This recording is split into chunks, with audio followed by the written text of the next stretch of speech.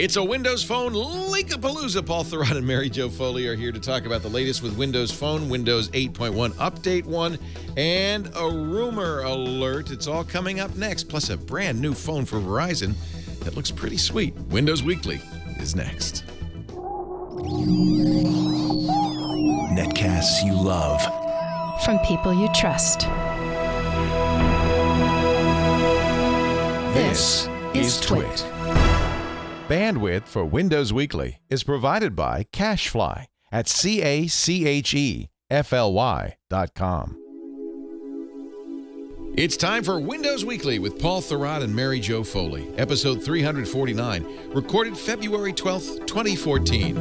Windroid 8.1. Windows Weekly is brought to you by lynda.com.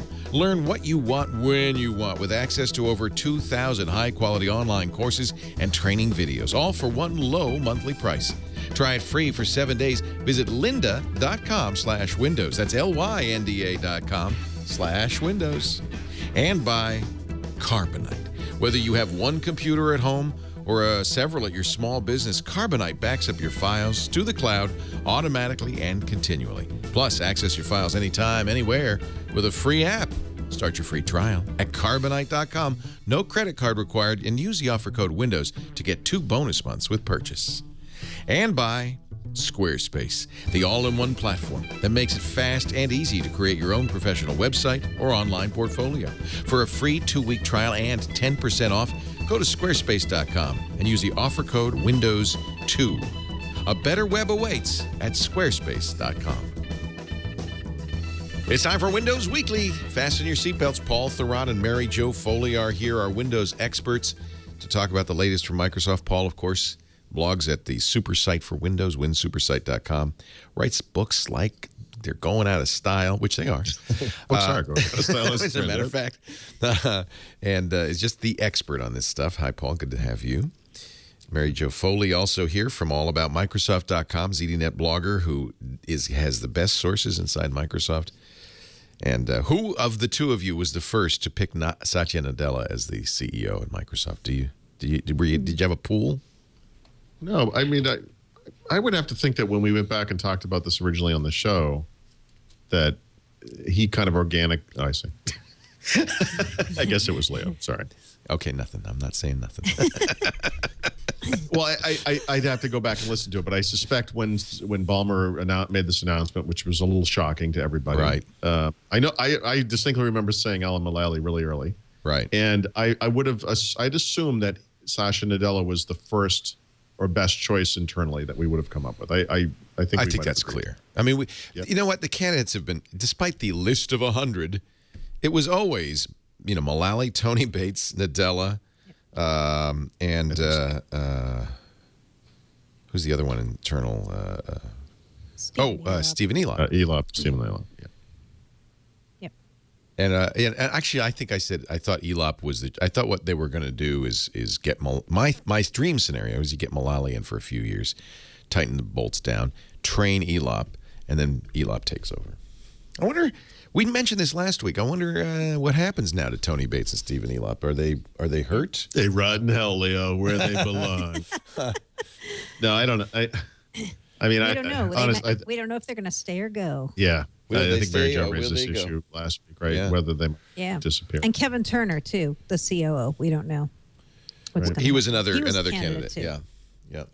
I don't see how anyone who was a viable candidate to be the next CEO of Microsoft would feel snubbed and leave personally. But I agree that stuff happens. It's unfortunate. Yeah, this is business, right? Yeah, and if you want to be a CEO, you don't really want the consolation. You should put a ring on it. Oh no, that's another. Wrong song. All the single CEOs. I don't have your notes for some reason, so I thought I did. There's a new thing now. The notebooks are listed by date. Oh, I see. 2014 now comes after 2011. There you go. Are they really? They changed the order? It comes out in a weird sorted. order. It's not. I had 2013 up, but 2012. It goes 2013, 2012, 2011, 2014. So there you go. I missed it. Is this the web version I'm looking at? Yeah, unfortunately. Yeah. That's what That's okay. That's what I'm using. I've been using the Windows 8 mobile version lately. It's actually kind of a nice looking app.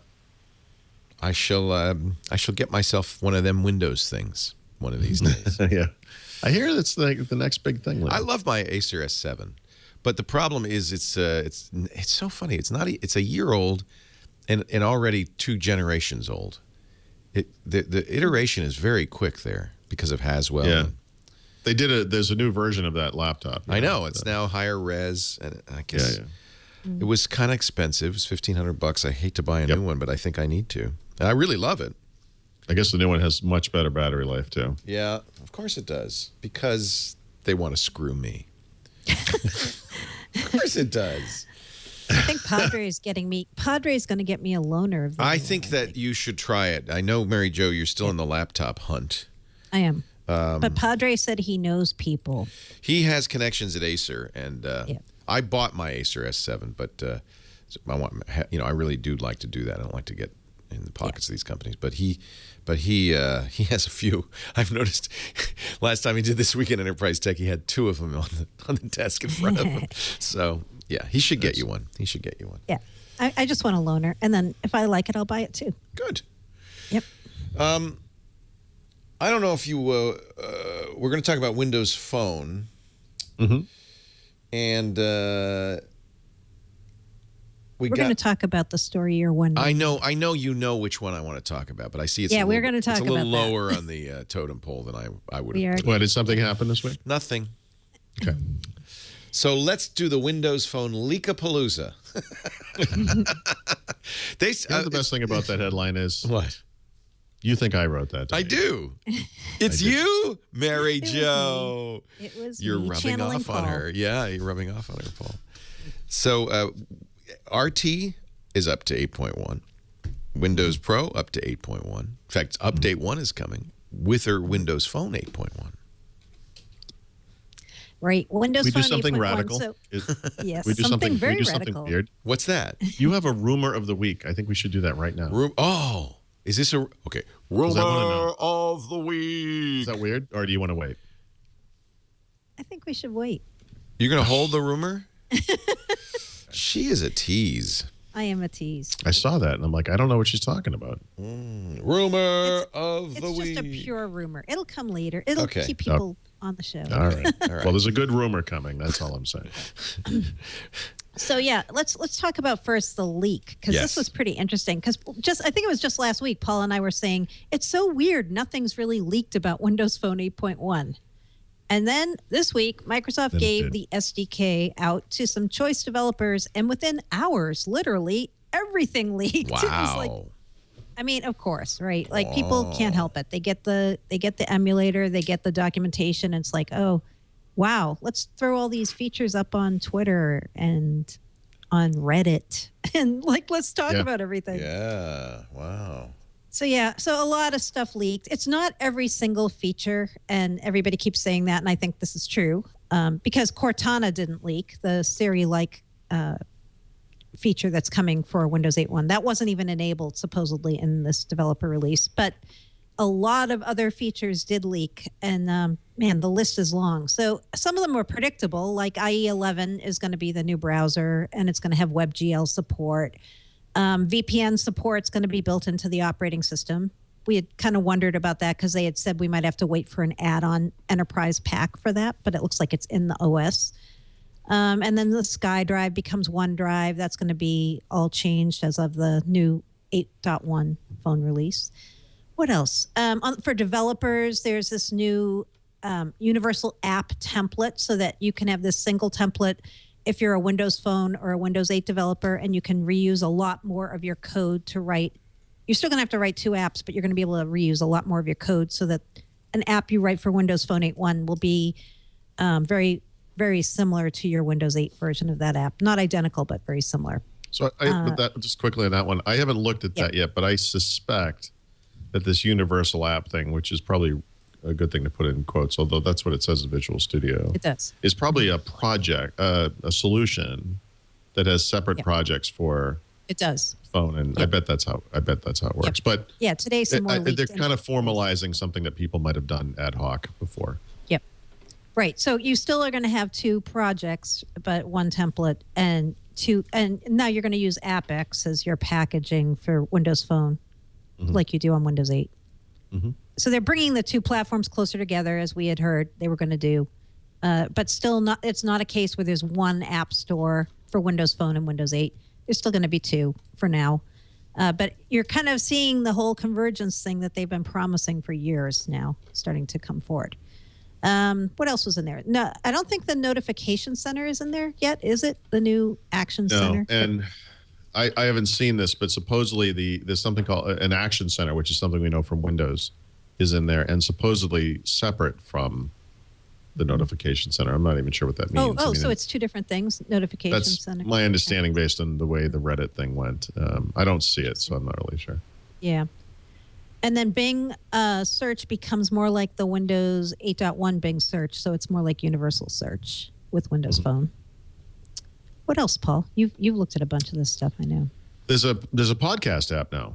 Oh, yeah. Which answers a big concern because as Microsoft rolled out separate mobile apps for Xbox Music and Xbox Video last year on Windows Phone in beta form, people said, well, but hold on a second. There's other stuff in music and videos in Windows Phone. So if you're doing those parts of it separate, what about podcasts? What about FM radio?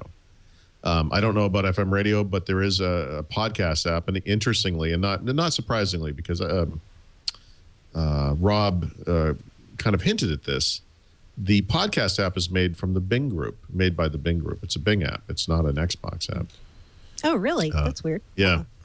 And it looks like it answers a lot of the things that people wanted. It does URL downloading. You can search for the name of the show.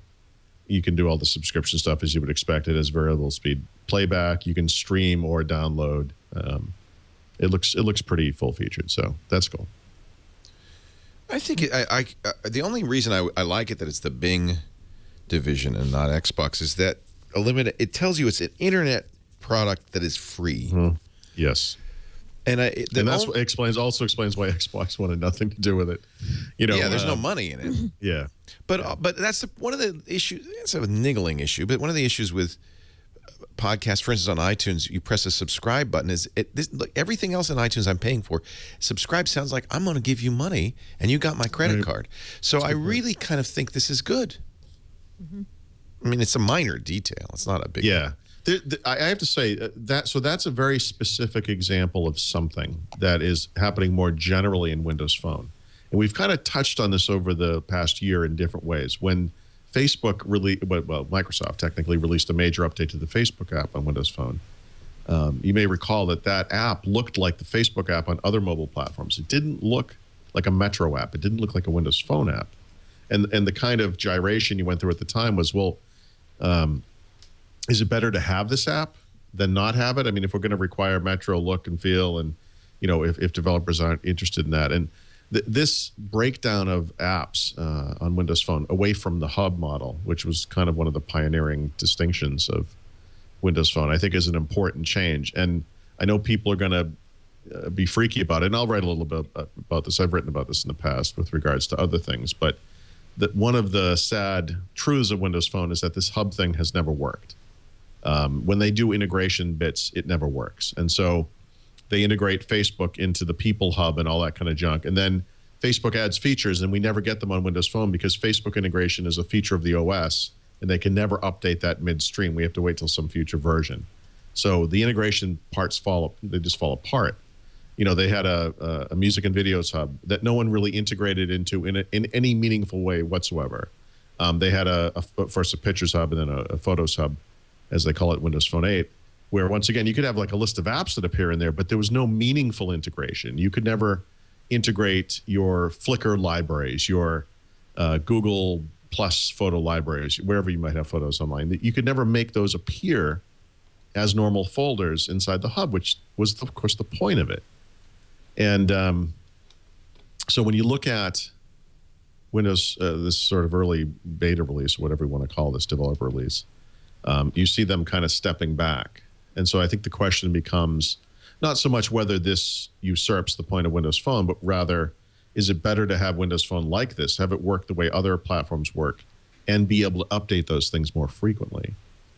Or are we going to just kind of stand our ground and say, no, we want it to be integrated experiences? That was the point of Windows Phone. And I think that's kind of the big thing. Do you know yet?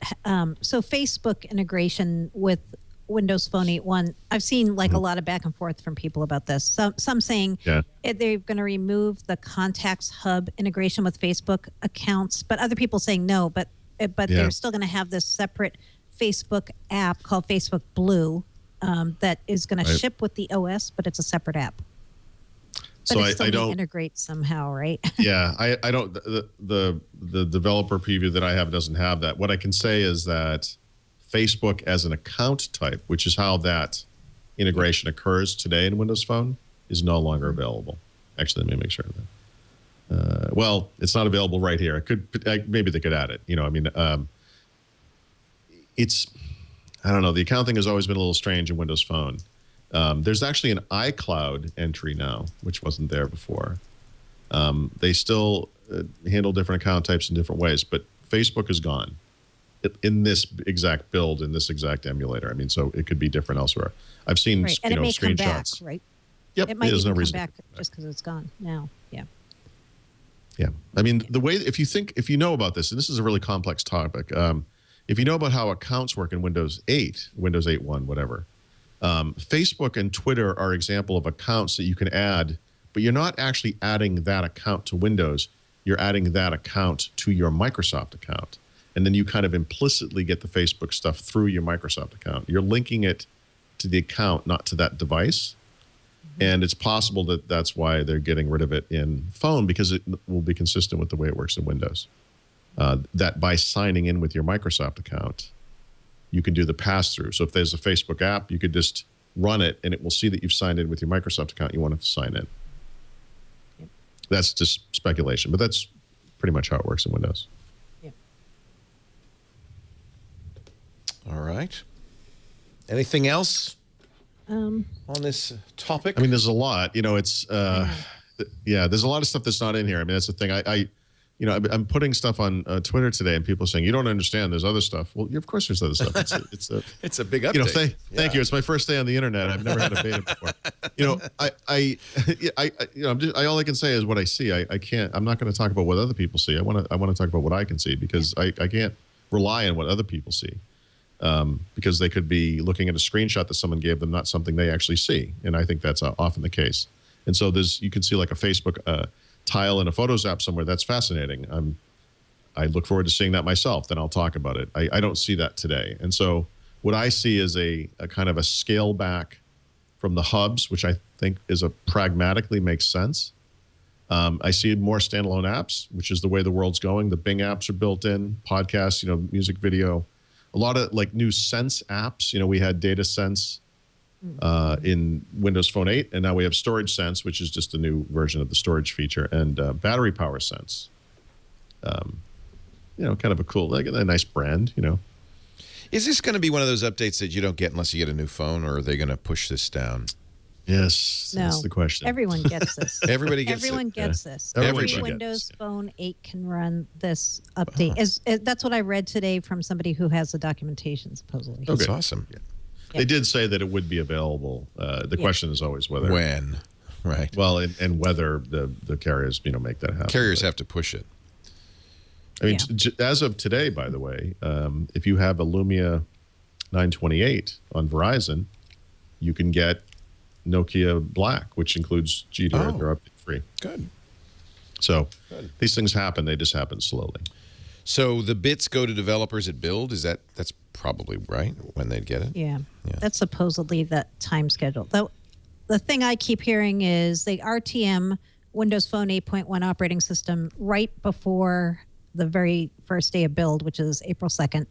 And so if you're a developer, or if you're a user who's savvy enough to know how to get the developer bits, like we've talked about on the show before, it's not that hard. You can get the RTM pretty much immediately then. Otherwise, you're going to have to wait for your carrier, or if you're getting it on a new phone, the handset maker to preload it, and that might take a few months, as we've seen in the past. Nokia is now Microsoft, right? I mean, that went through. No? Nope, not China. yet. We're still waiting on China. Still waiting. I shouldn't say this, but I got to say, for all of the things that have gone up and down and sideways over the past 10 years, if I could change anything in the realm of what we cover professionally, I would love for Nokia to be able to make it as a separate company. I would love for them not to be sucked into Microsoft. I'm really nervous about this. Really? Well, maybe the Chinese will make your wish come true. I feel like this company, which is running on the edge of disaster, has had the most amazing couple of years, has released a crazy number of phones and accessories and services and apps. And it's amazing. And I am really nervous that this is all going to come to a crashing halt and that they're going to hit a brick wall. I'm really nervous about this. Because I saw this happen before, with the Windows Live stuff. I'm really, really nervous about this. So please go out and buy a Lumia Icon because it looks fantastic. The Icon. Yeah, we should talk about that, even What's though it's that? not the next on our agenda here. Sorry. Well, let's hold on before you do. I want to do an ad. And then when we come back, we got the Icon. I do really want to ask you about the Android. Yeah. And a whole lot more. And, of course, the rumor of the week. Mary Jo Foley is here from allaboutmicrosoft.com. Paul THURROTT from the super site for Windows and Windows IT Professional. Our show today brought to you by lynda.com, lynda.com. I've known Linda for so long. She's just great. She was the author of right about when you were writing the Delphi Super Bible, Paul. She was writing these great books. Did she write a competing Delphi book? No, on web development and web design. She was the queen of that. And we got to meet her at one of the original Microsoft Mix shows. I met Linda. Yeah, isn't she great? Yeah, she was cool. Yep. Was always very impressed. We used to have her on the screensavers fairly regularly. Always very impressed with her. But what I didn't know is what an entrepreneur she was. She started lynda.com shortly thereafter and has become the place to learn how to use software online. A lot of companies, including mine, will get Lynda accounts for their employees. We send our editors there if they want to get more proficient at Final Cut, for instance. If you're interested in Windows, they've got literally hundreds of courses on Microsoft software. You can learn the latest on Office 365 or Office 2013, Access, if you want to do some database design. Latest version of Windows, you bet, including 8.1 if you want. How to migrate from, this is one I think, if you've got a family member who's still on XP, send them to Lynda. They literally have a course on how to migrate from XP to Windows 8. That's how great this stuff is. And it's not just, and next you press this. No, these are really great instructors. They're working professionals at the top of their field, expert teachers. In fact, one of the reasons I've stayed in touch with lynda.com is so many of my friends teach there, including the great Bert Monroy, who does a wonderful series that's free on lynda.com. Pixel Perfect, I think. Is that what they call it? So the memberships are really great. As I said, if you're a business, they have a group membership plan. It's great for business. For individuals, normally it's $37.50 a month for the premium plan, $25 a month for the basic plan. And each of those gives you full access to everything on the site, all the courses. Look at all the subjects. Let me just go to W for Windows, and we can just see all of the courses they have here. Actually, I guess I'll have to go to individual. Maybe it's under M. Probably for Microsoft, huh? All the stuff they've got, it's just phenomenal. I think the total count is well over 2,000 courses. That means probably tens of thousands of videos, because one of the things about each course is it's carefully curated chapter by chapter, so you can jump to the course and part of the course you want. In fact, they even have a complete human-written transcriptions that you can search. So you could say, well, all I really want to know is how to use, the easy settings wizard. And you could jump to that part. Easy to follow videos, courses for all experience levels, beginners to advanced. They even have courses on business strategies and more. Look at all the instructors. So many of the people that I go to, I trust, that I know, who are experts in this stuff. Look, I want you to visit it right now. Oh, Mikkel Olin has 7 courses. One of my favorite. I shouldn't say my favorite photographer. One of my favorite photographers. Bert Monroy has a whole bunch of courses at lynda.com. The Pixel Playground, that's it. Pixel Playground. That's free every week, by the way, at lynda.com. So, here's the deal. We've got a special offer for you. You can get a 7-day trial, a run of the site, every single course, take as many courses as you can in a week. If you visit lynda.com/windows, lynda.com/windows, I think you'll be pretty impressed with what you see. 7-day trial. And again, businesses that want their employees to get trained, this is a great place to go. lynda.com/windows. You can watch on your computer, your tablet, your mobile device. Pick up where you left off on any of those devices. LYNDA, lynda.com/windows. Paul THURROTT, Mary Jo Foley, Windows Weekly on the air, talking about the latest in Windows and Microsoft and Xbox. What is the icon? And should I wait and buy one? I know. I'm super interested in the icon. It's the Lumia 929 that we've heard rumors about for months now. Okay. 5-inch like Nokia phone. Like the size. Yep. Supposedly much less brick-like than many existing Nokia phones. So much thinner, has better weight distribution, so it feels easier to hold in the hand, even though it's 5 inches. 20-megapixel camera. Has all the usual Nokia stuff on it. Will they announce this at Mobile World Congress? Is that what we're waiting on? Because that's coming up. No, they actually announced it today.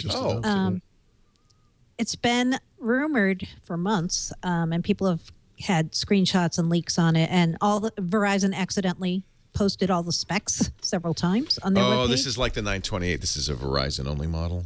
Yeah, this was previously the 929. Right, 929. Okay. Now called Icon. They've dropped the numbers from the name. And so you can order it today through the Microsoft stores, pre-order it. It comes in white or black, and it, I think, is available as of February 20th for $200 for a 2-year contract. Boy, this is tempting. Yeah, it might be my first Lumia phone if I This end one up looks good. It's a little brick-like, but the camera appears to be physically identical to the one in the 1520. Which is a great camera. And is an excellent camera. And getting that in a more reasonable form factor, I think, could be nearly ideal. Very fast quad-core processor at 2.2 gigahertz. That's pretty impressive. 2 gigs of RAM, 32 gigs internal memory. Smokes Pentiums, Leo. Actually, that's one of Intel's little problems. I've been dying to say that. Smokes the Pentium. It eats Pentiums for breakfast, Leo. So do I go to Verizon to pre-order?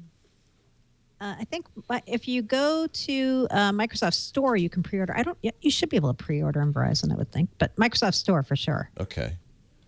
Awesome. I have, my Verizon, the only thing I have on my Verizon account is an iPhone 5S. I'm so sick of that. So maybe I'll upgrade on that. I have an account, with each of the carriers. Oh, you do? Yeah. Actually, I'm not sick of it. I gave it to my daughter who broke her 5C. So now I have a 5C, but it's not. But it's an AT&T phone. It's interesting. I don't know if this is true of the Windows phones, but on the 5S from Verizon, you could pop out the Verizon SIM, put in an AT&T SIM. It's unlocked. And it's unlocked. It just runs. I thought they went to a universal LTE. It is, because it's all SIMs, but they didn't lock it. Right. So I put an AT&T SIM in it from my, and it works. And it works. So I thought, I was going to have to buy her a new phone. Yeah. Heaven forbid. Heaven forfend. So now I have an empty slot in my Verizon accounts. I should have a Windows phone. How could I? Somebody said, how dare you do this show and use a Mac for the screenshots? Well, it's just what's hooked up in the studio. But how dare you? How dare you, Laporte? I was thinking of getting the 2520 on the Verizon thing. Yeah. But this is big enough. Maybe I could just live with this. Yeah. What a novelty. I'm dying to see it because I still am using my HTC 8X on Verizon, and it's still a good phone and everything. But I've always kind of wondered, like, what would it be like to get the Lumia apps? And now that Microsoft's going to own Nokia, as soon as you buy one, they'll just be available to everybody. I know, right? But that actually, the hardware in this phone is a significant upgrade from the 8X. Yeah. Yeah. And I would use and the camera, a just for word. the camera. Just Yeah, that the alone. camera and the My 8X. word for that is your 8X is superannuated. Your beer photos on Untapped are going to be unbelievable. So much better. They are going to be unbelievable. Yep. That's an incentive right there. Oh, it's in-store only. You have to go to your Verizon store. Oh, okay. Interesting. Yeah, you can't. Now, should I get white or black? I know. I'm Well- kind of interested in the white. It's black front on both. That's in-store only from the Microsoft store. Oh, You might be able to go to Verizon. I don't know. Wait a minute. Click a. Yeah, you're right. I see what you're saying. So I have to go to the Microsoft store. Find a store near you. Let me just enter my zip code. Wonder if there's one nearby. That would be awfully nice. And I have to go to Kansas. Well, that's close enough. Oddly enough, that's also what Mary Jo gets when she searches. Yeah, pretty much. I'll be going to Kansas to get mine. But soon. But you said February 20th on the Verizon store. Is that right? I believe so. So I can just wait, I guess. I think so. Coming to Verizon, February 20th. Introducing the Nokia Lumia icon. I get enough heat for mispronouncing Nokia. I know. I must just call it Nokia from now on, and then I'll get even. You know what the best part about this phone is, though? It's the name. The icon. Because they've had this like silly range of numbers, and here they are. They're on the way out too, right? But they finally get like a little brand going there. It's nice. I love it. So I click it, right? Choose your store, and then it says find a store location, and I drop that down, and it's completely blank. So I don't understand why you can't just pick a store location, Leo. apparently, I just don't live anywhere near a store. You live near a bunch of them. I'm like, I know they're not far away, but Microsoft declines to tell me where they are. that's weird. Usually that just drops down and defaults. to- Yeah, it's because I'm using a Mac. They don't like that. Yeah, the Yeah, nearest I one is actually not far. It's at the Village at Corte Madera, which is just down the road a piece. Oh, nice. So I'm going to go there today and get myself a phone. Dang it. All right. Is it there today? No. No. No, then You don't can go today, Leo. pre-order. No. What do I? So I'm just going to give them money and they're going to say thank you very much, goodbye. Well, hold on one get second. it. First of all, You get it after- you have an empty line where? An empty line? You said you had an empty slot to fill. Verizon. Oh, it's on Verizon. Yeah, Okay. yeah. So I have, I have an account with all four. This is ridiculous. You do not want to know what I spend on cell phones every month. Ooh, I bet. But that's part of my job. Like here's Abby Laporte right now to show us her Verizon phone running on AT&T. It's a remarkable thing. Really? You know what I have for you, Abby? You're going to love this. The keyboard. Who was it that was selling that said I want a keyboard on my iPhone? It wasn't Ryan Seacrest. It was the other guy. Right. Ryan Gosling. Anyway, The other guy. Is That it- other guy. the other guy. And in fact, the guy who played BlackBerry's that. suing him now, right? So I bought one of those things that you slot into a. The other guy made it and it gives it a BlackBerry style keyboard. Ryan Seacrest. Is it Ryan Seacrest's phone? Yeah, I have it at home. So now you get like a BlackBerry keyboard, and it only makes your phone about the size of a I shoebox. hope it has a battery inside it. I just want one that gives my phone like pink bunny ears. We can arrange that. Okay. Like floppy pink bunny We can ears. arrange that. Yeah. So, are you here for a reason? Do you want money? Okay. Oh, she's working, huh? You need to know if I have. Oh, yes, you can use my laptop here.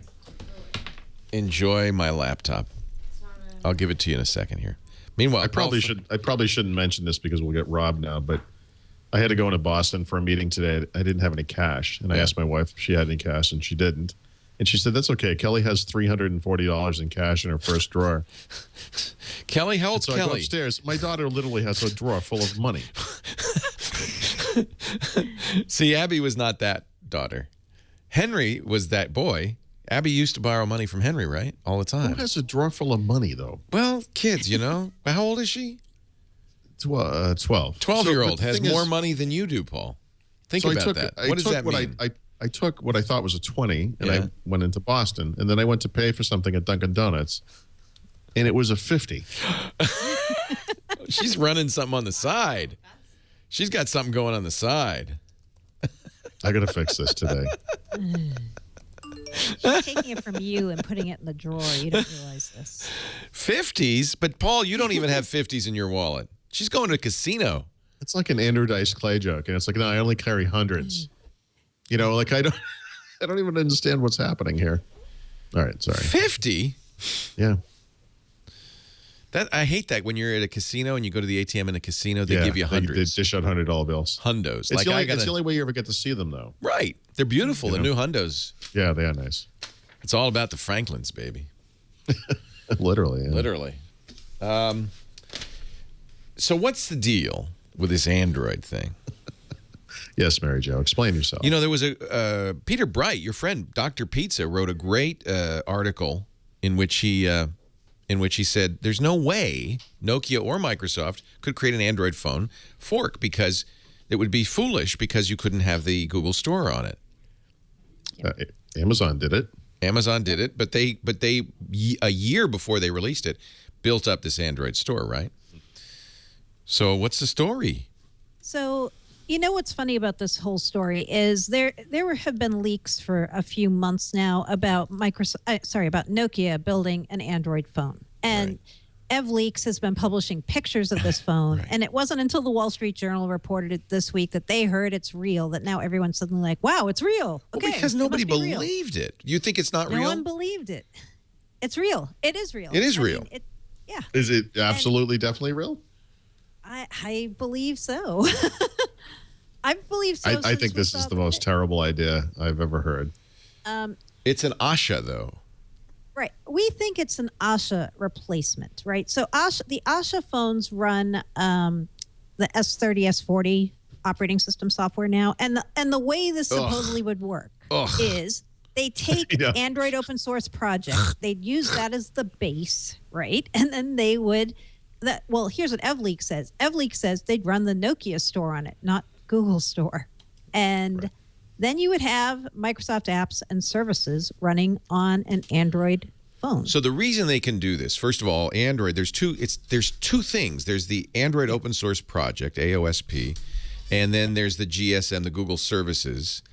And because it's open source, anyone, including Amazon or Nokia, can use AOSP stuff. But if you want to put Play Store on there, you have to put all the Google apps, and you have to get it certified by Google.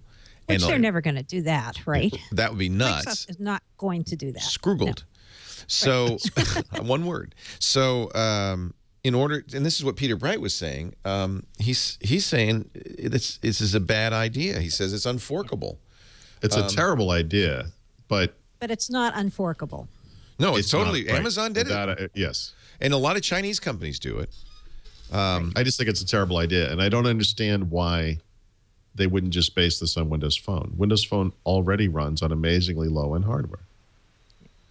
So this would basically be an AOSP phone, cheap, just like they do in China, cheap phone without Google Mobile Services, GMS. Right. And instead, you'd get Skype, you'd get the Here Maps, you'd get. Well, you need to. They may be the only company that could do this because if you lose Google services, you lose things like the location services. Right. Right. It's not just apps. You lose a lot of the functionality. That's right. Right. At least that's what Peter says. And so I think that's, but if anybody could do it, maybe Nokia could because they have the Here apps. Presumably they have location services that are pretty strong. Yep. But, but Microsoft's going to buy this company, and this is worse than when Microsoft bought Hotmail and Hotmail was running on top of FreeBSD and it took them 7 or 8 years to get off of that code base or whatever it was, because this is like an application platform now, like it's an OS. I can't believe that I'm astonished they're going to announce this. It doesn't surprise me given that it's an Asha. Yep. So really, it doesn't surprise me to run it on Symbian, which is what they were running it on. Right. It's just too antiquated. Sure. And AOSP is better than Symbian, right? Even without the Google stuff. So, and if anybody could replace the Google stuff credibly, it'd be Nokia. Now, it won't run Windows Phone apps, right? What's the Asha story looking like today? I know there's a Nokia store. Is that where those apps? Do they have apps? I haven't looked. It's for developing nations, though. It's not for U.S. Right. It's supposed to be a very low end, kind of like the entry level phone And, you know, when Microsoft agreed to buy the Nokia handset division, they agreed to buy Lumia and Asha. Right. They wanted Asha. And the reason they wanted it was they were positioning that as the on-ramp to Windows Phone. But couldn't So they they make see a that. poor man's Windows Phone? They already make one, right? That's what I'm saying. I don't understand why not just do that. What's the Yeah. cheapest Get- Windows Phone? $520. It's under $100. Okay, Yeah. you're right. They got it. But still, contract. that may. Wow. I think it's more no the contract? case. Wow. I think it's more the case of they could never. Well, I don't. Here's the thing: I don't know if it's feasible. The argument was they could never get the Windows Phone OS to work on the Asha phones for some reason, either because it was too big or technical requirements or the chip. I don't know exactly why, but that was supposedly the rationale for having a separate, different operating system on those phones. I don't know. I don't know what's going to happen once Microsoft buys them, but There's going to be I guarantee this you. phone is supposed to a be day. unveiled at MWC in 2 weeks. If you believe Sometime in the those next people. 12 months, there's going to be some Microsoft announcement where they talk about we sold this and we sold this and we sold this, and someone's going to make the observation that Microsoft is now selling more of these devices than they are of every kind of Windows device combined, Right. and that's going to be weird. And I get that these things are $100 or less or whatever, but So an Asha phone on Newegg is $95 unlocked. It's unlocked GSM. right. It's pretty What crappy. it is, like 3G Max kind of deal. Yeah, probably. I don't see LTE anywhere in the description. It looks, frankly, a lot like an iPhone. If I were Apple, I might be a little miffed. 3-megapixel camera. I mean, it's not, 3-inch screen. It's Does it have a Touch ID button, though? Because No. that would be nice. But I have to say, I mean, if you're mad at Samsung, this looks an awful lot like an iPhone in every respect, doesn't it? Those icons are way more rounded than Apple icons. Oh, so there you go. That lets them off. Really, they're completely different. It's got one home button. Yep. Yeah. Oh, it really Okay, does. so I'll tell you what people are saying on Twitter as they're listening to us here. Bart W says, you know what? The Symbian phones are as cheap as 15 euros or Oh, wow. pounds. Okay. I think pounds. Okay. In Europe. So, can we get it that cheap, or is Android phone as cheap as that? I don't know. And another commenter who's asking not to be named said one reason Asha is considered a feature phone is the carriers care about that for billing purposes, right? So Windows Phone is seen as a smartphone, and Asha's the feature phone from a carrier perspective. That difference is a big deal. I don't know. Okay. Just telling you guys what people are saying. Well, like a it. Lumia 520 unlocked. I don't like it, and I blame you, Mary Jo. Lumia- All right, I am sorry. A Lumia on Amazon, a Lumia 520 unlocked is $125. That's a little bit more than $35. For- Yeah, for well, but so you, many an developing unlocked one. people. I see. Yeah. Okay. Yeah. Unsubsidized, and that's what we're talking about. You can't, we're not talking about subsidized phones Right. Yep. in these markets. Yeah. It's a better phone, 5-megapixel camera, 8 gigs. It's an IPS screen. It's got micro SD Yeah, expansion. it's a better phone, Yep. but that's not Bigger the apps. point. The point is the out-the-door price. Yep. No, that's fair. I I just don't think want that's Microsoft probably to sell it. I agree. It doesn't make sense for Microsoft to have this device. I just I don't get it. Well, then they shouldn't have bought the Asha division. Yeah. Or, I've seen a few people point out the fact that before you actually acquire a company, you're not allowed to collude with them, So if Microsoft really can't go to Nokia right now legally and say to them, don't do this. They have the right to do it, and if they had this as their path, Did they they're on the legally go to path them do and say, we're reconsidering this whole purchase thing? No, We're but gonna know let what you they guess could why. do? No, they could have Nokia announce the phone, and then they could kill it, right? Once they own them. Here's the Nokia icon ad leaked, Right. in which a beautiful young woman races. This is straight out of American Graffiti. 2 cars, a Corvette, and I don't know what the hell that one on the right is. Yeah, it's like a 50s Ford kind of thing. Yeah, and then We can cut the subtitles out. Because wherever you point, she's British, I gather. that's where it focuses on capturing great audio. Now, let's race. Apparently, there's great audio in the icon. Yeah, this is a weird thing to make your claim. See and hear what you've been missing. It's a very odd ad. Very odd. Yeah. Yeah. That's on YouTube. Yeah. I thought that was going to be an ad for the Android phone. Foolish me. Sorry. I got all excited. All right. So there you go. I'm going to go to Mobile World Congress just so I can boo when they announce this. I'll be the one guy by in the the back way, going, "Boo, well, you were there. boo." You were there by accident a couple of years ago, right? Yeah, I really want. I don't know why. Next year we're going. I just think this is forget CES. I don't know why I don't go either. Actually, It is the show to go to. yeah, Samsung's going to announce their S5. right. You're going to have all sorts of interesting stuff coming out, and it's Barcelona. It is. I know, which is awesome. That's where I'm going this summer, by the way, for the home swap. Love Oh, wow. Barcelona. Nice. You know what? One key word we should talk about in this whole discussion is if you read the Wall Street Journal articles talking about this Android phone, they say Nokia is going to show this phone at Mobile Right. World Congress. They didn't say announce. So they also could just be showing just it be in to somebody's people pocket. Yeah. privately, Yeah. right? I don't know. So we'll see if they actually make a big announcement there on Right. that. Right. Nokia does have a big press conference slated for MWC and their developer conferences there too. So Every one of the big carriers is there showing Yeah. new stuff. That's Yeah. the place to be. The HTC One successor will be there. But what's ironic is the only people now who make Windows phones are Nokia. So it's not like there's. That's not true, Leo. I heard Archos was Almost. going to. Arcos is going to do a Windows phone. All right. Can So we you got do that? that. Can you can license it, right? Sure. Sure. Our show today brought to you. Why wouldn't you? Why wouldn't you license it to Barcelona?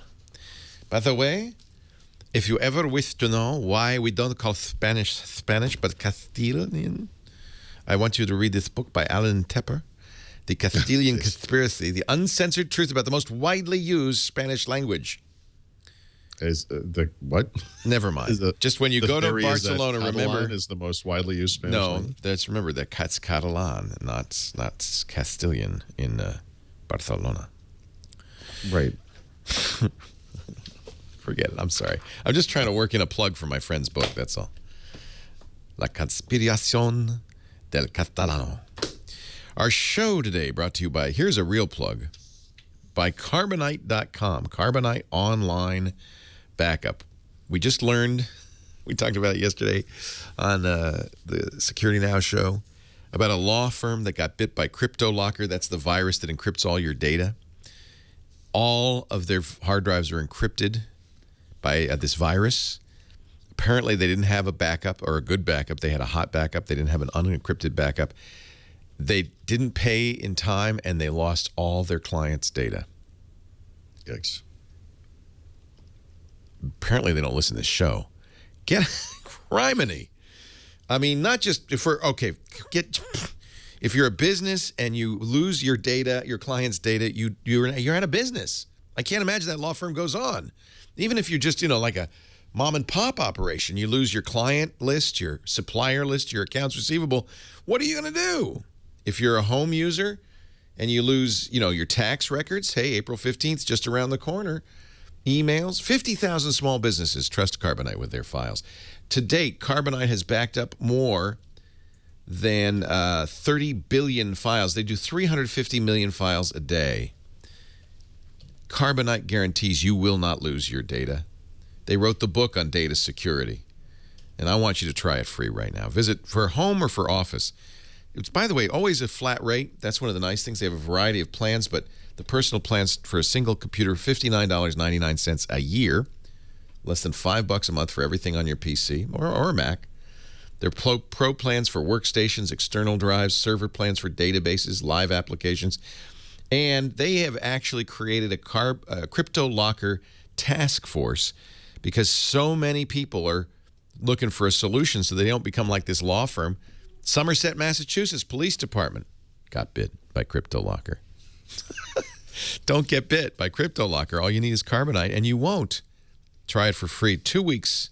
No credit card required. Just use our offer code WINDOWS. And if you decide to buy, you'll get 2 free months with purchase. You got to back it up to get it back. The best backup's automatic, so you don't have to remember it. It's continuous, so anytime you change a file, it's backed up. And it's in the cloud, so you don't have to worry. Carbonite.com. Please use the offer code Windows. All right.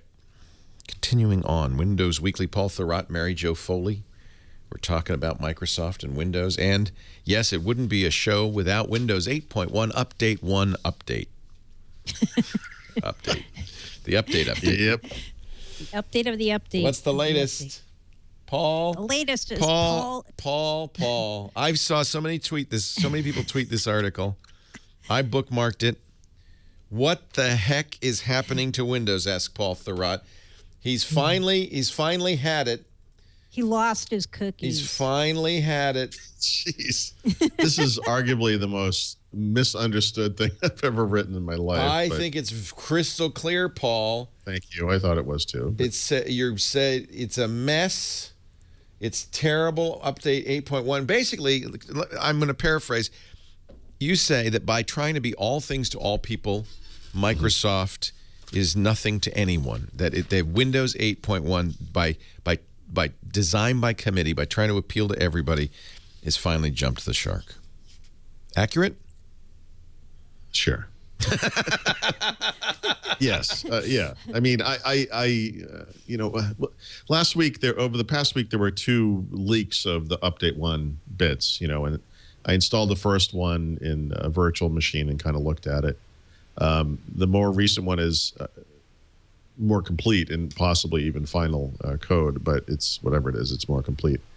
And I've installed that on several actual machines, including the one I use every day. And I've really gone back and forth on this because I'm as you would doing what I do, you try to figure out what's going on in the world, and I can't figure out what's going on in this world anymore. It doesn't make any sense to me.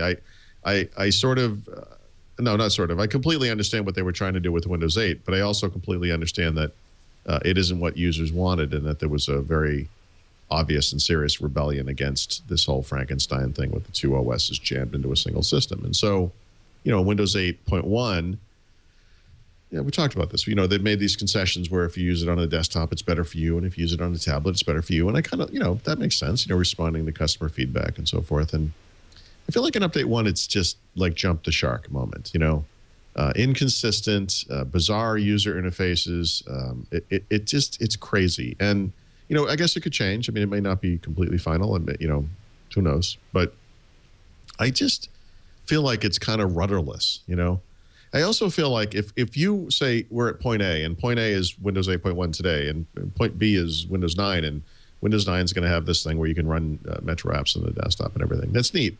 But this Update 1 thing is like a third of the step to point B, and it's like partially implemented. We can have icons on the desktop that are for Metro apps, and when you click on them, they go full screen. And if you click on that, you can see the taskbar, and it's like, what is going?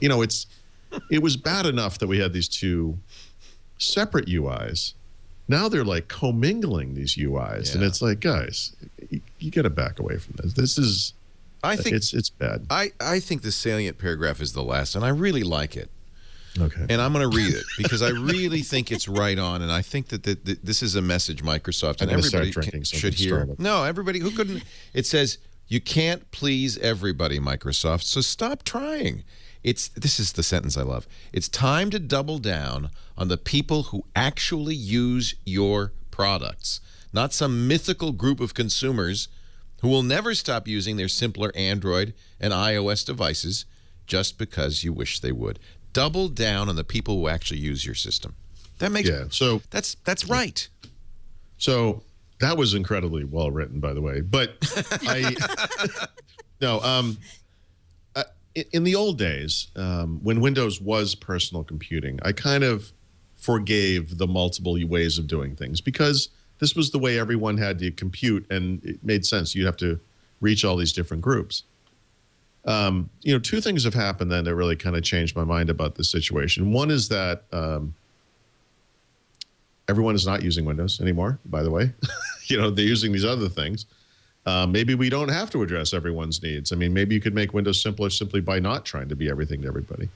But the other thing is actually Apple. And I always made the case with Apple, with the Mac especially, and with iOS at first, they're reaching a smaller audience, and so they can afford to be laser focused on stuff because they don't have as many constituencies to appease.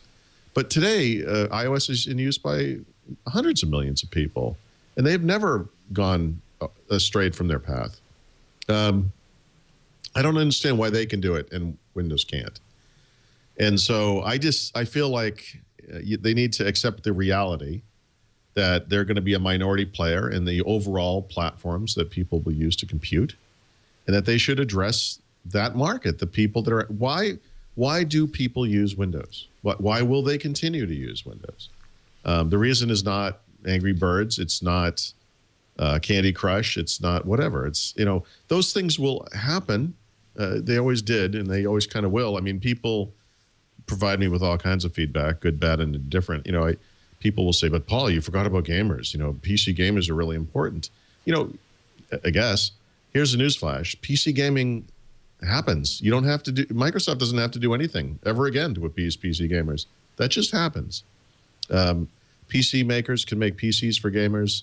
You can buy your video cards, your RAM, and you can buy your games. Windows doesn't have to do anything to make that happen.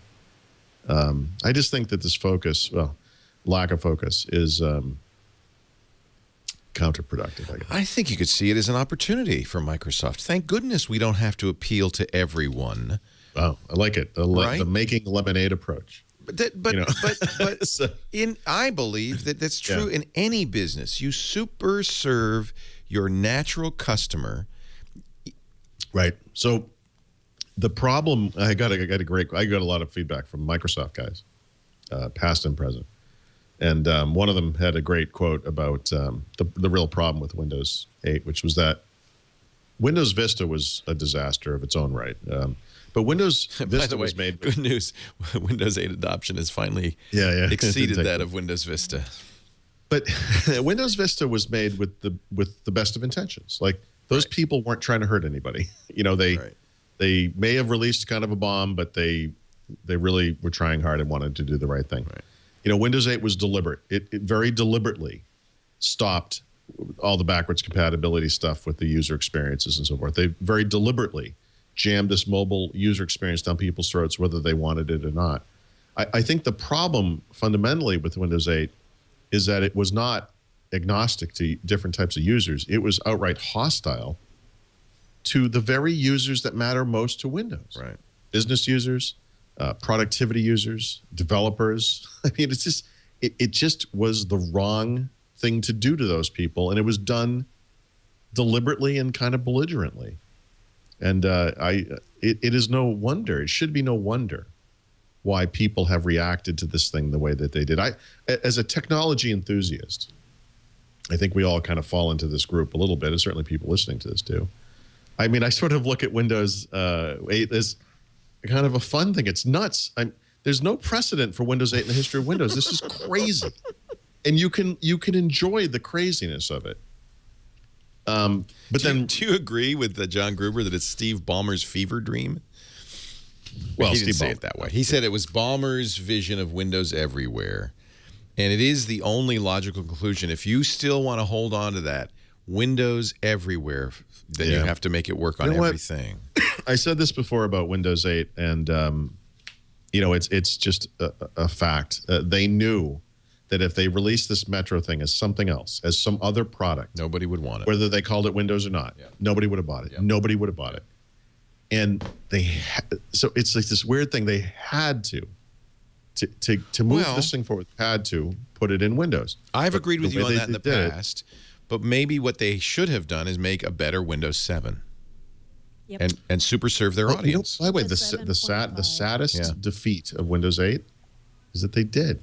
Right, but it's hidden behind the Candy Crush. And so many people refuse to be open to that or to experiment with it or see it because of the Metro stuff. They don't even want to look at it. Yep. The truth is that Windows 8 is a better Windows 7 than Windows 7. But it's got this hump on its back, Right. Your new rant has me a little worried. Okay. I have to say. About me or about about you and about the implications. Okay, because I feel like I agree with a lot of what you're saying. Like they tried to make it something for everybody and it became something for nobody. I agree with you on that. But now that you've got how many billion Windows users as your install base? 2 billion or 1.5 billion, whatever it is out there. Good Lord. Are you just going to forget about them and say, sorry, guys, if you don't want this thing we built with this immersive app and Metro style thing, then too bad. Just don't use Windows anymore. I feel like they have to fix it. And I know it looks really ugly, this interim step with update 1, but at least it's going to be more useful for people who use a keyboard and mouse. So, okay, it doesn't look pretty, I'm not sure but that it is, more though. That's what I'm worried about. Really? Paul, are you saying that they really should just say, okay, we were wrong and do a better Windows 7 and just eliminate Metro? No. I mean, unfortunately, I think we're too far down the hole to kind of retreat on that. But in other words, we have to accept that Windows 8 happened. And so how do we fix this? I think Windows 8.1 was a logical step in that direction. I think that Windows 8.1 Update 1 is off in a different direction. I think, for example, it would have made more sense to focus on, let's get Metro apps running in a window, on top of the desktop. Would have been more meaningful. Which is Windows 9, right? They're going to do that in Windows 9. That should have been, if they can't have that, this other stuff is not a step forward. I just feel like I feel like all these things that they have said they're going to do, like running Metro style apps in Windows on the desktop, I think it's just harder and taking more time than they thought too. And it's kind of like Windows Phone 8.1. There's still not going to be the single app store, but you're going to get stuff that gives you a path to that. And I feel like this is kind of the stutter step for Windows too. I will say, not quite there. In the scary news department, one of the things I've heard repeatedly from different people, and I'll say it was the Tom Merritt had today, people familiar with the situation, let's say. And people not that familiar with the situation. I've heard this from a variety of people up and down the chain, but the right-click context menu stuff they're adding to the desktop, to the start screen, was much harder to implement than perhaps you would think. And they were actually kind of surprised by this. And in fact, I actually think that the desktop bit seeping into Metro is buggier than many would expect and does not work well and is going to be problematic. But because one of the things I said was, if you're going to do this, you got to do it everywhere. You can't just do it in some Metro experiences, Right. There are actually some very good reasons why doing this across the board in Metro apps is not advisable, is not, I would say, even possible, which is too bad.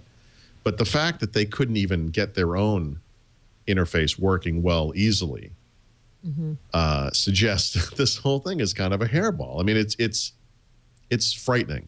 And the inconsistencies, of all the complaints, a lot of times people complain about Windows and they do it in a rote way that they haven't used Windows in years and they have lots of opinions about it and it bothers me. Right. But the one thing that is always stuck is the inconsistency stuff. They can never do that final bit of finish work and get it right. And I've often talked and written about this. Finish the job, I don't feel like this Update 1 thing is a finishing of the job. I feel like it's now we have added another mess to deal with, and that's what I'm.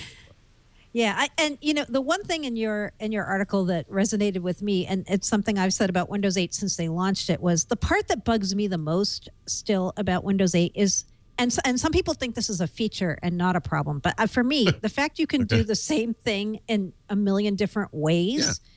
To me drives me crazy because it keeps me from kind of mastering the product, right? Like every single time I go to snap an app, I'm like, how did I do this again the last time I did this? Right. And it's like, if there was just one way to do it and it was the only way, I think I would learn it faster, They don't, Steve Sinofsky is arguably the only guy at Microsoft who ran Windows who had the kind of presence and drive and singular vision of a kind of a Steve Jobs. And obviously that didn't turn out well. So, the chances of them finding another guy like that are probably not very good. And I just kind of wonder now how it's like we're right back to design by committee. Here we go, Yeah. And I'm nervous about it. I'm absolutely nervous about it. I'm nervous about it, but I'm excited. Like some of the things I should say I don't have the bits because I never download what's the word I want? Illegal bits. Illegal. That's such a illegal. harsh word. Illegal. Skype must have glitched there, Mary Jo. I could have sworn you said Illegal. Whatever you would call it. So I don't have update one, but from all the pictures I've seen of it from people who do, I like this. I like some of the things I'm seeing, like the right click, and getting the context menus and the thing that says snap. Here's a click. Snap this to the left or the right. Though, like if you were new to Windows 8, whatever, and you were using it on a regular computer, and you right-clicked on a tile on the desktop on the start screen, and a menu appeared, and you would say, "Oh, neat! It works like the desktop." And then you go into the mail app and you right-click, and a menu does not appear. Yeah. Now you get these kind of Metro UIs where something appears not where you clicked, but somewhere else in the app, and because that's how those apps work. Right. That's Yeah. I hated. I'm one of those people who hated the charms. I hated the fact that sometimes when you swipe down on an app, you get a menu coming from above. Sometimes you have to swipe up on an app and get menus coming from below. It's like you never know what you're going to get. It's always like, oh, let's see, does this app have this or not? It's a roulette wheel. It kind of is. But your article brought up a lot of great stuff, but I found this other thing I wanted to talk about too, in case people haven't read this, because this is another really great rant on the topic of Windows 8 that I saw recently. And it's on this blog called Piecework by this guy named Andrew Lawrence, who works at UC Irvine. And I think he's a freelancer too.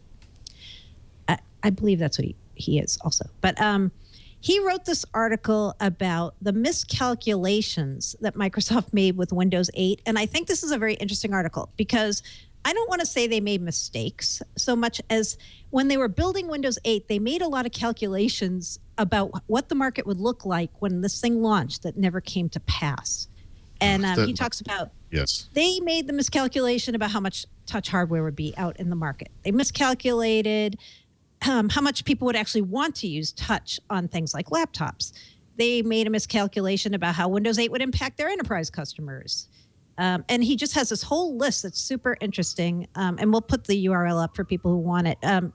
But he brings up a lot of great points. And, they had to make a bet when they built Windows 8 about things that they thought were going to come to pass, because you always are building for something in the future when you build an operating system, right? You're not building for the current situation, or you shouldn't be. You should be building for what's next, just like they did with Xbox One operating system.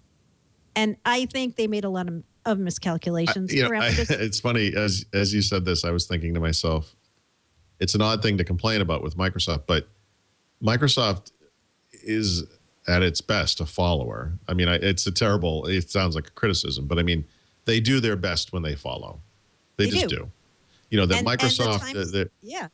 When they're ahead of the game, like they were with. Yeah. So now you're asking this great follower to think, like, what do you think like computing's gonna be like in 3 years? And they build for that, And of course, then they make Windows 8. Right. And it's like what? It's like that college humor joke about I designed Windows 7, and the result is a robot that shoots turtles and has lightning bolts and stuff. Because it has a little piece of what everyone wanted. And unfortunately, it's funny and everything, but that's what, it's a lot of Windows releases have been like that. I mean, they're just a little bit of everything. Yeah. Like Big Ginge in our chat room, who says, if they had put Windows 8 up on Kickstarter, somebody... Is there a kick to the curb? Somebody should actually write up a Kickstarter proposal and describe Windows 8. And describe all the ideas and just see what the response would be. It's like, are you insane? Yeah, it is. Right. It wouldn't be I think the point of that is, if you were starting from scratch, you would never have done Windows 8. No. But Microsoft isn't. When you're a hammer, everything's a nail, right? So we talk about this all the time. Google is a web company. Everything they do is a web service. They think that's their perspective. Microsoft is Windows, and they always. How does this fit with Windows? They got to get by this. Especially since Windows, like I've been saying, is not the primary computing platform anymore. I mean, it's not, or it won't be soon. They got to get away from that, and it's. I don't know. We can't rewrite history. It's too bad. I think like an RT 2.0 kind of thing with no desktop in there at all could have been something really cool. It could have been that Windows Phone tablet I was asking for. As soon as I saw Windows Phone, I thought, man, this would be an awesome tablet OS, Yeah. And that may happen by the time of Windows 9, but that'll be how many years after Windows 8, right? Yep. 3. Yeah. There you go. One full Windows release. It happened anyway. Yeah. Now, Windows isn't just desktop. Windows Embedded lives on in a lot of places. But we ain't going. What are you talking about? Oh, wait, this isn't there. We ain't.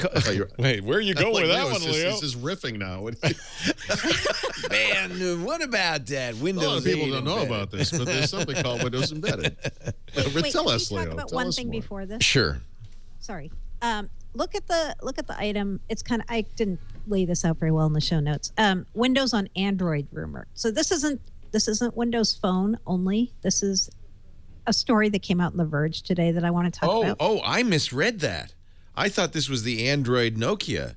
This is really weird. This is really weird. And okay, so this is a story that The Verge ran today, and I have some bits to contribute to this too. That's why I want to talk about it. Strange bedfellows. Microsoft could bring Android apps to Windows. Right. Not Windows Phone. And Windows Phone. And Windows Phone. I know. Now, you can This is already do crazy. something like that with BlueStacks. Yes, you can.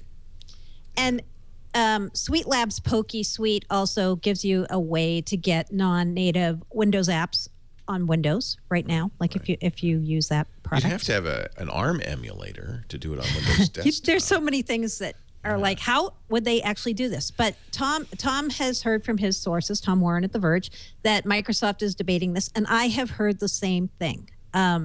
I don't give it as much weight as Tom, I don't think. I wrote about this too in a column that I did on Redmond Magazine earlier this month, but I just kind of said, yeah, they're talking about it because the Windows team at this point, everything is on the table. Right, They're like just saying, hey, what could we do this? Should we do this? So for me, it's more like, could we, should we, would this legally and technically be possible and make any sense or not? To me, By the way, if you have to ask the question you just asked, the answer is no. Well, but You're it's okay. So it answers one issue, Should we? which Could is we? Is it legal? yeah, is it legal? Does it violate any laws of God or nature? nature. Maybe it's a little Island of Dr. Moreau-ish. Yeah, I mean, I know. I think when you're asking those sounds- kind of questions, you're at a it dubious spot. Insane, right? Yeah. Like when you hear it, you're like, of course they're not going to let you put Android apps on Windows. But boy. they're like just asking the question. And to me, the biggest problem, the huge problem in this is the Windows development community. If they do this, why would anybody ever develop for Windows again? Ever. Why would you? I don't see why. By the way, And, it you know, doesn't some matter peop- because the truth is no one will ever use this thing. This is if if Windows 8 is a Frankenstein's monster, this is that thing that in the Fly where it didn't come out right and is like an arm sticking out of the head, and this is a completely different kind of monster.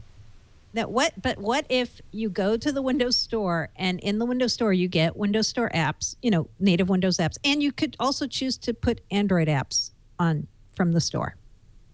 That's the day Windows dies. I That's it. wonder. why That's the would day you- Microsoft gave up. That's the end. They're talking about it inside. It's been discussed, but I'm not going to give it a ton of weight. I'm not going to say this is going to happen. I want to step way back from that and just say Right. it has been discussed. It may still be in the midst of being discussed at Microsoft, but I think people should just know they are having these discussions. And I know a lot of developers are probably going to weigh in, especially at Build. Can a user weigh in? Because I'll tell you what, Yeah. I'm excited about the icon, but the first thing that comes to mind is, but what am I going to do with without my Android apps? So you Really? would be into it. Well, it certainly addresses one issue, which is I've got Android apps. I can't play Flappy Bird on Windows Phone. Sure. Yay. I mean, That's a selling point. there's no reason why Windows Phone technically couldn't run Android apps. It's just a But then you run into the App Store issue. I mean, how would you acquire those apps? Yeah, and plus it's not just App Store. This is that same question we had earlier, which is a lot of the Google services are in the API. Well, that's not as big of an issue on a Microsoft platform because we have replacements for some of that stuff. But You'd have to have plug-in API compatible, API level. you're plugin. talking about for apps that use those. Yeah, services. apps use them. Yeah. So the Yeah, app so in has other to words, make what an you run into API is call you that get this- matches. Right. You have a ghetto app store that is some tiny percentage of the full Play Store.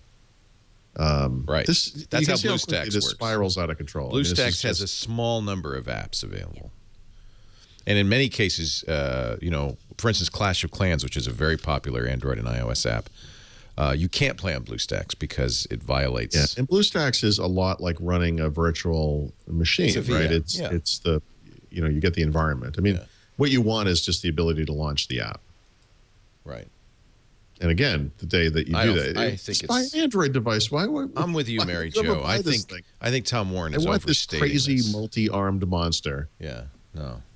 It's like Microsoft. You just made Windows 8 and everyone hates it. What are you going to do next? We have a crazy idea. Let's go to Disneyland. This time we're going to embed Android in it. It's like, who's running the show over there? What is going on? Yeah. It's crazy. It sounds crazy, but I can say, people are telling Tom Warren he's crazy. He's not crazy because they are talking about it from what I've heard too. Yeah, accurately. Yeah. Well, no, it sounds crazy. I'm not saying that it sounds crazy. Sounds crazy. This sounds nuts. Well, the more I think of it, the more difficult it sounds. Yeah, it does sound hard. It's a hard problem. Meanwhile, Titanfall. Oh, I'm sorry. Yeah, I'm not a little nervous about Titanfall too, by the way. But March 11th. I don't want to be too negative on this episode. I'm excited about Titanfall. I just was looking at a video on The Verge of gameplay from a pre-release. I've actually played it, and I'm not super excited. It looks kind of cool. You get in that Titan, and suddenly you're boom. Yeah, it's a neat combination of like a Call of Duty type thing where you run around, and then you can. The Titanfall is the falling of the mech to the ground. You can get in it, and then you can be in a mech. Right. And it gives you a unique perspective on the map, obviously, because you're in a giant mechanized robot. You're big. Yeah, but I don't know. I have problems with games that are not Call of Duty, and this game is not Call of Duty. It's not Call of Duty. The Verge says it reinvents the first-person shooter. Yeah, well, there you go. That's everything you need to know. Right there, right there. The only reason I'm excited, I'm just waiting for Xbox One titles to really kind of suck me in. Not just suck. Not just suck. Yes, I think you nailed it right there.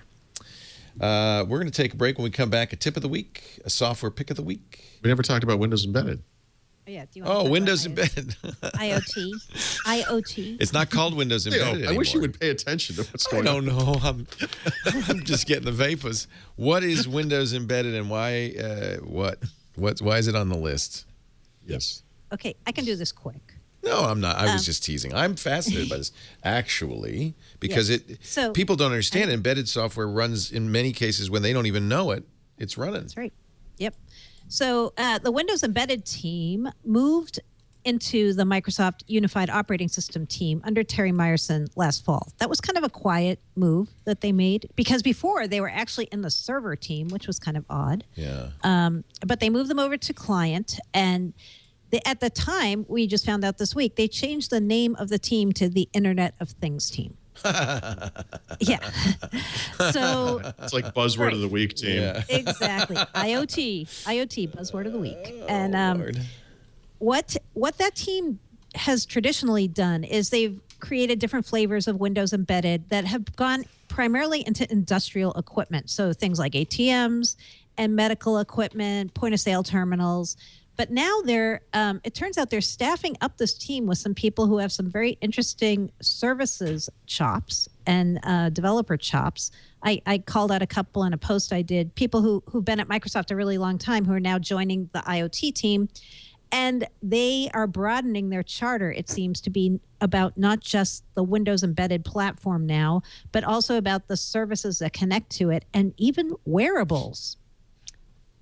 So we've been kind of wondering how Microsoft was going to deal with the whole wearables thing, but it seems like this team is going to be working possibly with Alex Kipman, who used to work on the Kinect and is now also working for Terry Myerson on creating some software, Windows software that may be inside other kinds of devices and not just industrial devices. So that's pretty interesting. Maybe we'll see a drone. Who knows? Windows embedded drone. Yeah. Who knows? I want to know when they're going to start working on mechs because I'm looking forward to being in one. Yeah. Microsoft Mech. You're going to Mech? No. like, Mexico. Really? So, okay, IoT, the Internet of Things team. Yeah. Our show today.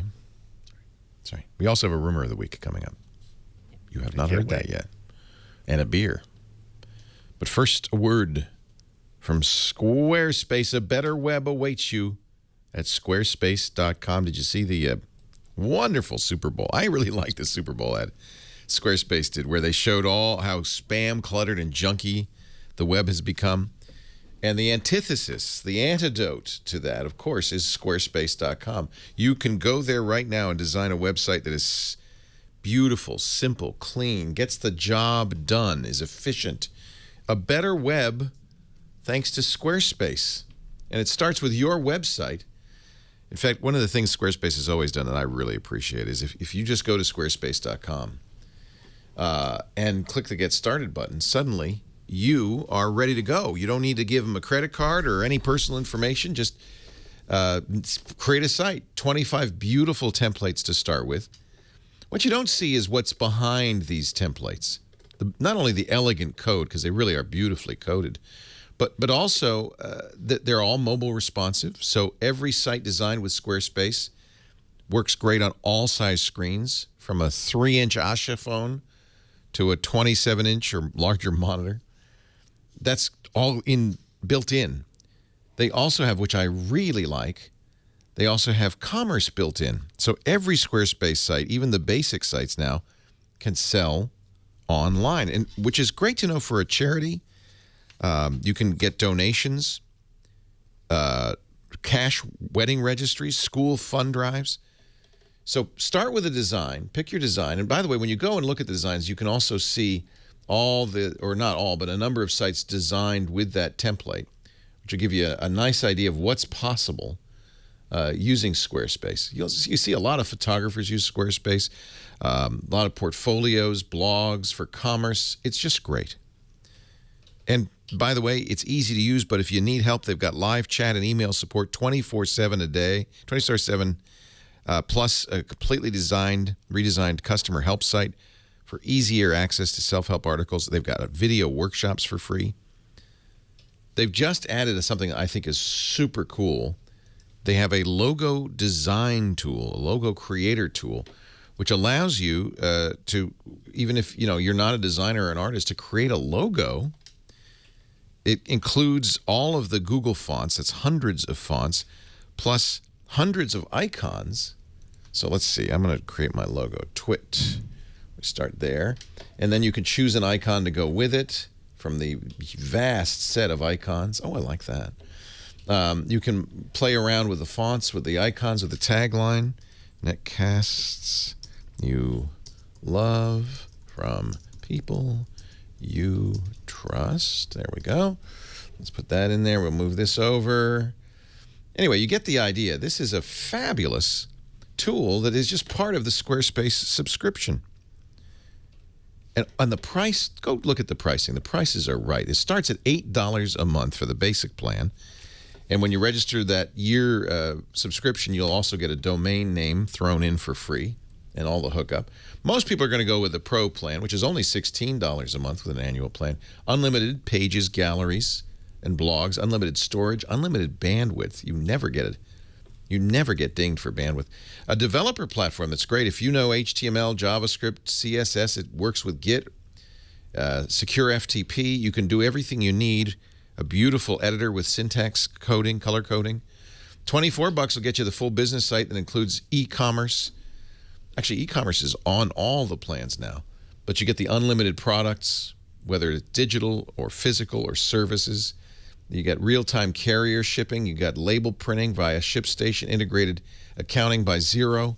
I mean, this is such a great deal. I've probably gone on too long with the services and the features. It's such a great site. I just want you to visit squarespace.com. Take the tour. Try it out. You don't need a credit card to do it. It's hosting plus the best software. Always secure because they keep it up to date. You don't have to. After your 2-week trial, if you decide you want to buy, go to squarespace.com and use the offer code Windows2, Windows and the number 2, and you get 10% off and show your support for Windows Weekly. Windows 2, because it's February. A better web awaits, and it starts with your new Squarespace website, squarespace.com. Paul THURROTT, Mary Jo Foley, Windows Weekly on the air. Time for our tip of the week with Paul THURROTT. So the tip and the pick are kind of combined at this time. I've been meaning to talk about this for a while, but for the past couple of years, or I guess year and a half, I guess I used a Nike Fuel Band, and I actually bought the newer version when that came out last fall. And that's what the Nike Fuel Band. I thought you looked like you've been working out. You look good. You look fit. I'm not. Yeah, I could look better, but the Nike Fuel Band measures something. I can't tell you what it is because Nike made it up. And it's magic. Like this, yeah. Yeah, it's like this kind of not arbitrary, but it's a kind of a proprietary thing that Nike does. Activity. It's measuring activity. It measures your activity. Yeah, they call it, I think they just call it the fuel points or whatever. I don't remember anymore because I stopped using it. But I find the Nike product to be aggravating because in the winter especially, I use an elliptical trainer to do cardio. Yes. Because where I live is like Narnia. And when you're on an elliptical trainer, if you use it correctly, you're doing this kind of motion with your arms, and the Fuel Band doesn't measure that kind of motion. It only measures like the swinging of your arm. Same with rowing. Same with a lot of the treadmill. I find that incredibly aggravating because there's nothing like doing 40 minutes of fairly aggressive workout and then getting zero credit for it in this little digital device. And so I've been kind of looking around for something better. And what I've settled on is the Fitbit, which is probably the other major product in this category. And I have to say, having measured this thing side by side with the Nike Fuel Band, it actually is far more accurate and works well in these non-standard kind of motions, which I like. So if I get on the elliptical trainer, I actually get credit for that. But the Fitbit is better than the Nike Fuel Band in many other ways as well. It measures more things. It actually measures your sleep quality, which I am fascinated by. And I actually get up every morning and sync the device just to look at how well I slept. And I kind of compare what it says to what I believe, happened. And I have a particular sleeping issue, but it is really neat. It also works wirelessly, which is kind of interesting. And so they give you like a little nubbin that you can put in a computer if you want to do it right to the device. But if you have an Android device or an iPhone, and someday soon Windows Phone, because we just got this capability in Windows Phone as well, it can sync directly to that phone without the nubbin. And so you can, do that kind of thing as well. It also integrates with Microsoft Health Vault, which I talked about previously. And so your Fitbit stuff can, move along with you to other services and all that kind of stuff. And so they do a nice job. They have a lot of other things. They have, meal and diet planners and other exercises and all kinds of other stuff. And they measure, they measure steps and they measure calories and they do all that kind of, it's all real world stuff. It's not some, invented kind of thing. So I think that's kind of cool. Which Fitbit is it? One? It's the bigger, like Force, I think it's called. Yeah. Is that the bigger one? I think you're right. I think it's the Force. Yeah. Yeah, there's different ones. Yeah. Yeah, there are different ones. Yeah, it's the wristband one, like that. Yeah. Fitbit Force. Force, yeah. So today I have walked not much, but 4,200. Does it mock you? No. Oh, and that's it. By the way, that's another thing. So one of the improvements they supposedly made to the Fuel Band was in the second version, it animates to goad you into doing stuff, but I never noticed it. And this one can actually buzz on your wrist and you feel it, and it's better in so many ways. I think it's a neat product. Of course, I use Windows. And so if you buy the device, you can go to their site, you can download an application for the desktop, and that's how you do the sync and all that kind of stuff. But actually, Fitbit makes mobile apps for a variety of platforms, not for Windows Phone, but they do make a mobile app for Windows 8. So if you want the full screen kind of Windows RT experience, you can get that. And there's a third-party and free Fitbit app called Fitbit Tracker, which looks and works just like the regular Fitbit thing. So we're not really left out in the cold on Windows Phone. The only thing we don't have yet is the ability to sync changes directly to Windows Phone. And that's now technically possible because of changes that have come in Update 3 plus Black. So that should and certainly could happen soon.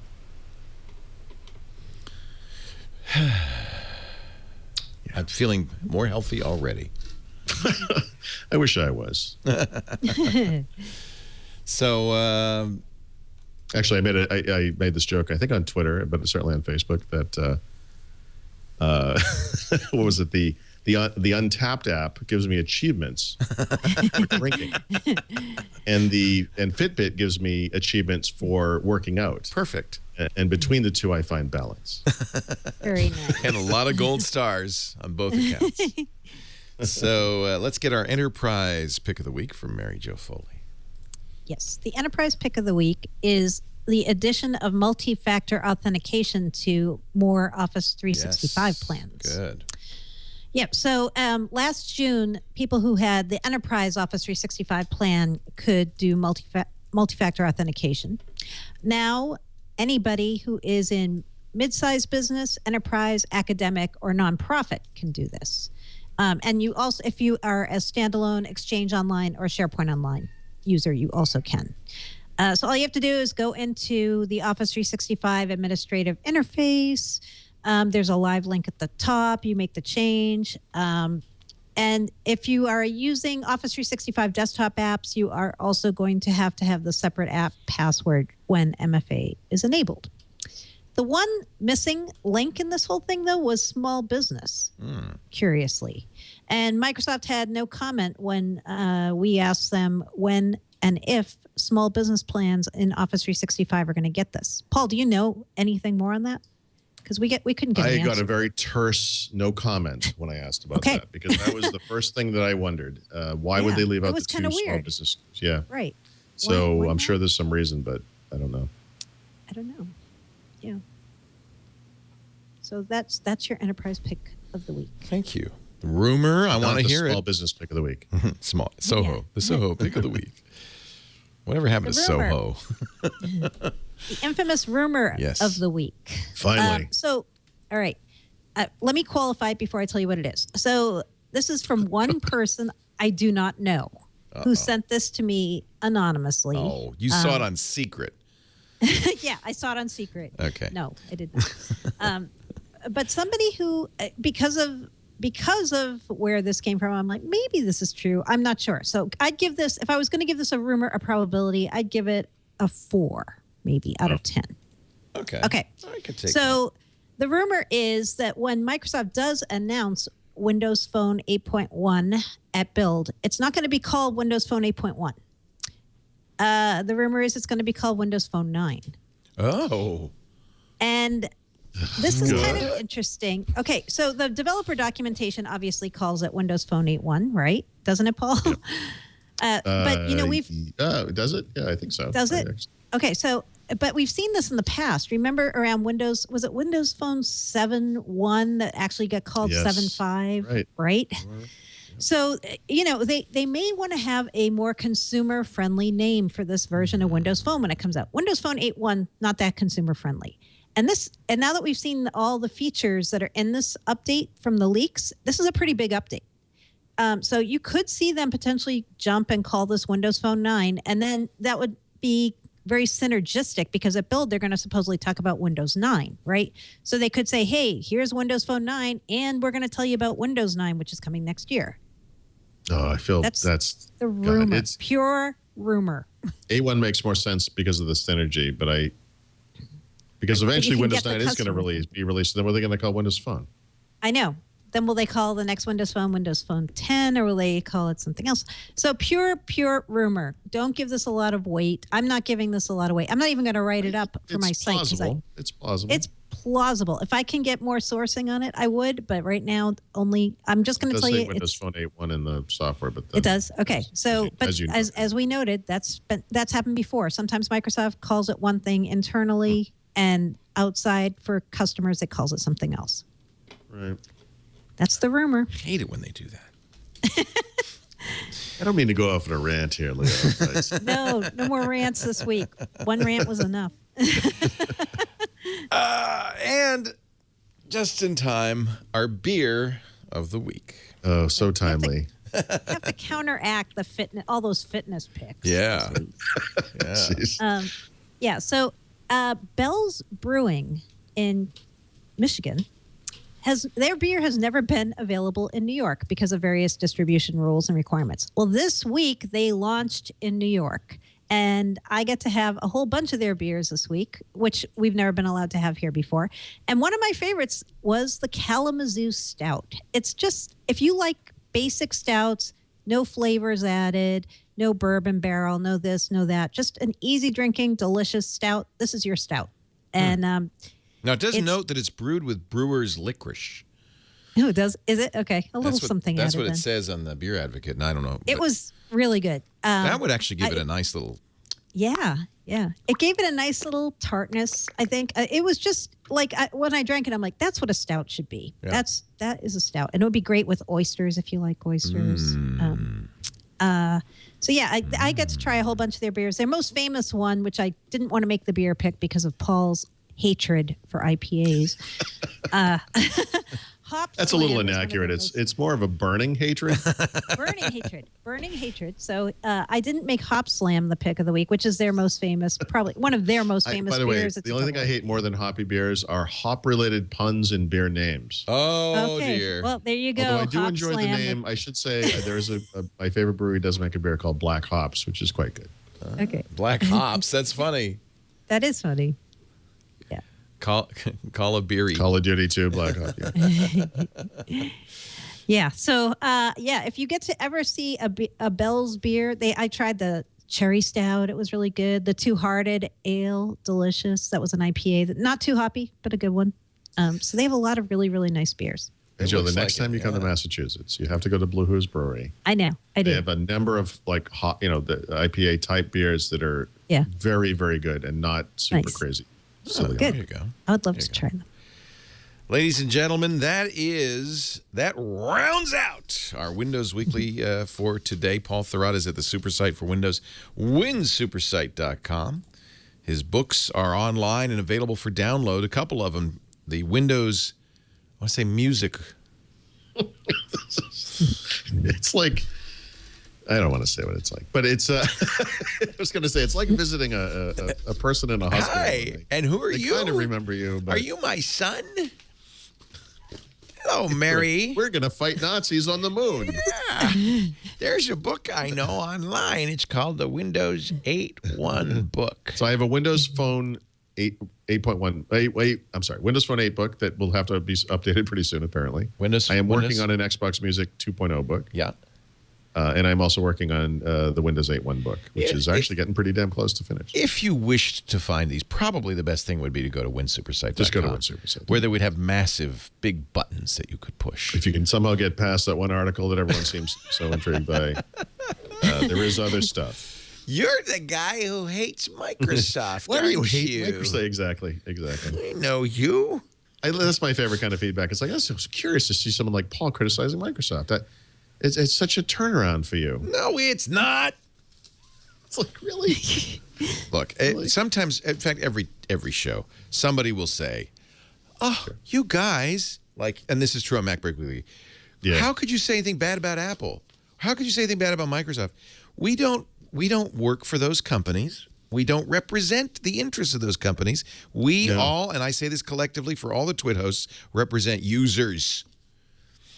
Our job is to represent users and to talk about it as a user. And if somebody disappoints you, then we call them out. And if they do something great, we tell them, great job. But that's not our responsibility, is not to praise. We come here not to bury Microsoft, but neither to praise him.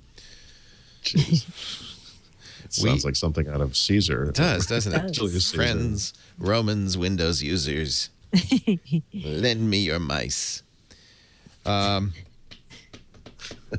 Mary Jo Foley writes about Microsoft at allaboutmicrosoft.com on the ZDNet blogs. And we do this show together. We gather together every Wednesday at 11 a.m. Pacific, 2 p.m. Eastern Time, 1900 UTC, to speak of these things. And if you would like to join us live, we love it if you do. Our chat room is, I think, one of the things that makes Twit unique in the world. And it's certainly a lot of fun. If you want to be here live and interact with us, please do. Otherwise, we do make on-demand audio and video available after the fact for all of our shows. In this case, go to twit.tv/WW for Windows Weekly, and you can get all the episodes ever recorded, all 349 of them, including today's, audio and video.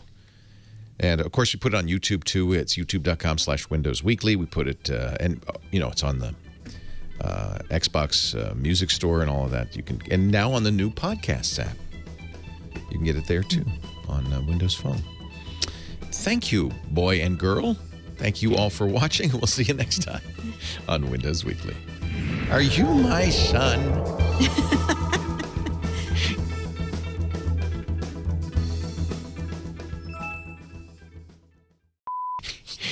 Hey, you guys put the New Year's Eve beer episode up. That was really cool. Oh, I forgot to mention that. Don't forget, if you missed our New Year's Eve party, and it was such a great party, Paul playing Call of Duty, we have taken Mary Jo's New Year's Eve beer tasting and put that up on the Twitch site and on our YouTube site so you can see. And if I know a lot of you are wondering, what beers and so forth.